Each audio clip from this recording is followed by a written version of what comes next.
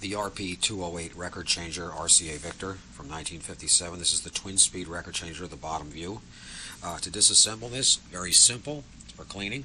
You have two quarter-inch screws, one on this side and one on this side for the spindle mount and gear assembly. Take those two screws out and then take two E-rings with their washers out of here, and then this whole thing just lifts right out. It's very, very easy. These are nice to work on. And then once you get that out of the way, you can see this has got to be all cleaned out here. You take this E-ring off here, and then you can get to the bottom here. This uses the same type of pusher system for the reject.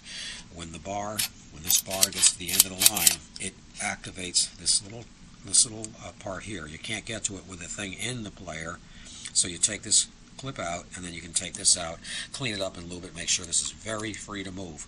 Otherwise it'll stick when it gets to the end of the record, or it won't reject when it gets to the end of the record. And the same thing with this is the tone arm swivel post.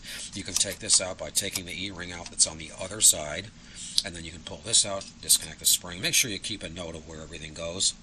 This is the indexing, what tells it whether it's a 12-inch record or a 7-inch record. When the lever is in the 45 position, it manually puts this over to one position. When it's a 12-inch record, it goes the other way. So it's not automatic indexing, it's manual indexing by way of the speed control knob. So it makes it very simple. The motor, as I said before, don't try to take the switch out or you'll break the tabs off and then you're really out of luck.